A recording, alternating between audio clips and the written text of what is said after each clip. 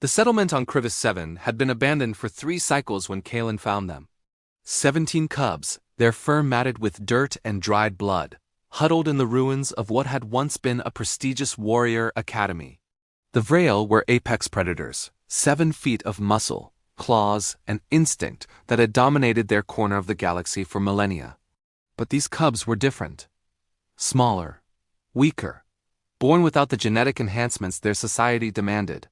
Kalen crouched at the entrance of the crumbling structure, his weathered face studying the young Vrail with the patience of a man who had seen too much to be surprised by cruelty. The largest cub stood at the front, barely 4 feet tall, his amber eyes burning with a defiance that his malnourished frame couldn't support. "You're the one they call Zarek," Kalen said, his translator converting his words into the guttural Vrail tongue. The cub's lips pulled back, revealing developing fangs. "We don't need human pity." "Good," Kalen replied, stepping inside. "Because I'm not offering any." The Vrail Empire had deemed these cubs unworthy of their bloodline. No enhancement meant no future, no place in the warrior caste, no hope of glory. They'd been left here to die, forgotten by a society that valued genetic perfection above all else. The strong devoured the weak, or so the Vrail philosophy went. But Kalen knew something the Vrail had forgotten in their centuries of genetic superiority. Warriors weren't born in laboratories, they were forged in adversity. "I'm setting up a training facility here," Kalen announced, dropping a heavy pack onto the dusty floor. "Anyone who wants to eat stays. Anyone who wants to leave can try their luck with the wilderness." None of them moved. Over the following weeks, Kalen rebuilt the academy brick by brick, and the cubs watched him with suspicious, hungry eyes. He set up a perimeter, established supply lines with sympathetic traders, and created a daily routine that started before dawn and ended long after dusk. The first morning, when he roused them from sleep at 0500 hours, Zarek confronted him. "We're not soldiers," the cub growled. "We can't be what you want us to be." "Our bodies." "Your bodies are exactly what they need to be," Kalen interrupted. "You think warriors are made of muscle alone? I've seen species with 4 times your strength fall to enemies half their size. You know why?" Zarek said nothing. "Because they never learned to think, to adapt, to overcome." Kalen's eyes hardened. "Your people gave you something better than genetic enhancements. They gave you something to prove. The training was brutal." Kalen didn't coddle them, didn't adjust his expectations for their size or age. He taught them human martial arts techniques developed over millennia on a death world where humanity had no natural weapons. No claws, no armor. Every movement was economy and efficiency. Every strike was about leverage and precision. "You're smaller," Kalen would say during their exhausting drills. "Use it. A smaller target is harder to hit. Lower mass means faster acceleration. Your people see weakness, I see advantages they're too arrogant to exploit."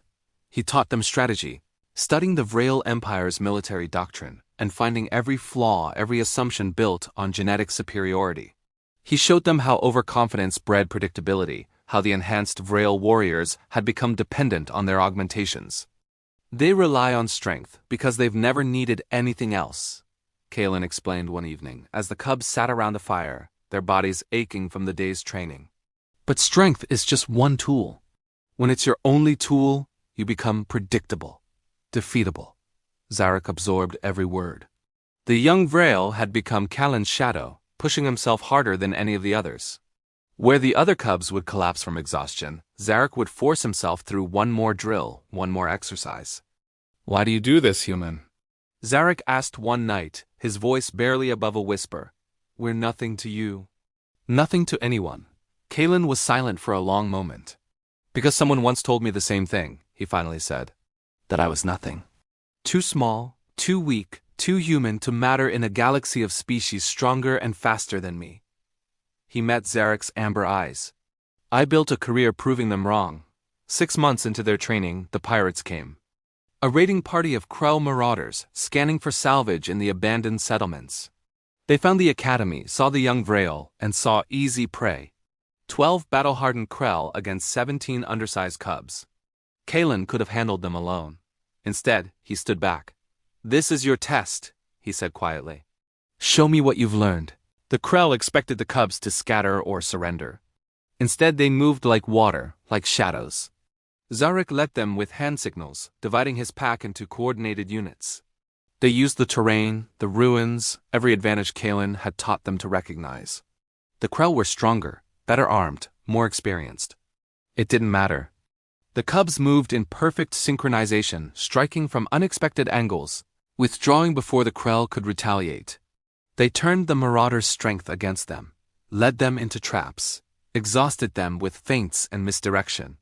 When the last Krell fell, not a single cub had been seriously injured.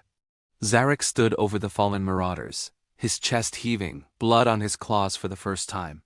He looked to Kalen, something desperate in his eyes. "You did well," Kalen said simply. Word of the battle spread. More forsaken cubs began arriving, outcasts, defects, the genetically impure. Kalen's academy grew. The Vrel Empire took notice, sending a delegation to observe these abominations who had somehow survived. They watched the cubs train, saw their discipline, their coordination, their lethal efficiency. They saw warriors that put their enhanced soldiers to shame. The delegation's leader, a high-caste commander covered in augmentation scars, approached Kalen. "This is impossible. They have no enhancements, no genetic advantages." "How?" "They have something better," Kalen interrupted. "They have a reason to fight. Your warriors fight because they were designed to. Mine fight because they chose to." Zarek stepped forward, no longer the malnourished cub from the ruins. He stood tall, his eyes level with the commander's. "We were forsaken by our people. The human didn't forsake us." He saw what we could become. The commander's mandibles twitched. "And what have you become?" "Warriors," Zarek said simply. "Not because of our genetics. Because of our will." The delegation left without another word, but the galaxy had noticed. The forsaken cubs of Krivis 7, trained by a human who refused to accept that weakness was destiny. As the twin moons rose over the academy that night, Kalen watched his students practice their forms. Zarek led them, his movements precise and controlled, his voice steady as he corrected their techniques. "Do you think they'll ever accept us?" Zarek asked later, standing beside Kalen on the academy walls. "Does it matter?" Kalen replied. "You're not training for their acceptance. You're training because you refused to die when they abandoned you. Because you chose to become something more than what they said you could be." Zarek's amber eyes reflected the starlight. "The human way." "No," Kalen said with a slight smile. "The warrior's way." "Which I suppose is sometimes the same thing." Below them, in the rebuilt academy, 17 cubs, now warriors, continued their eternal dance of blade and claw, proving with every movement that genetics determined potential, but choice determined destiny. And in that choice, they had become something the Vrel Empire had never imagined. Not genetic perfection, but something far more dangerous. They had become warriors who had earned it.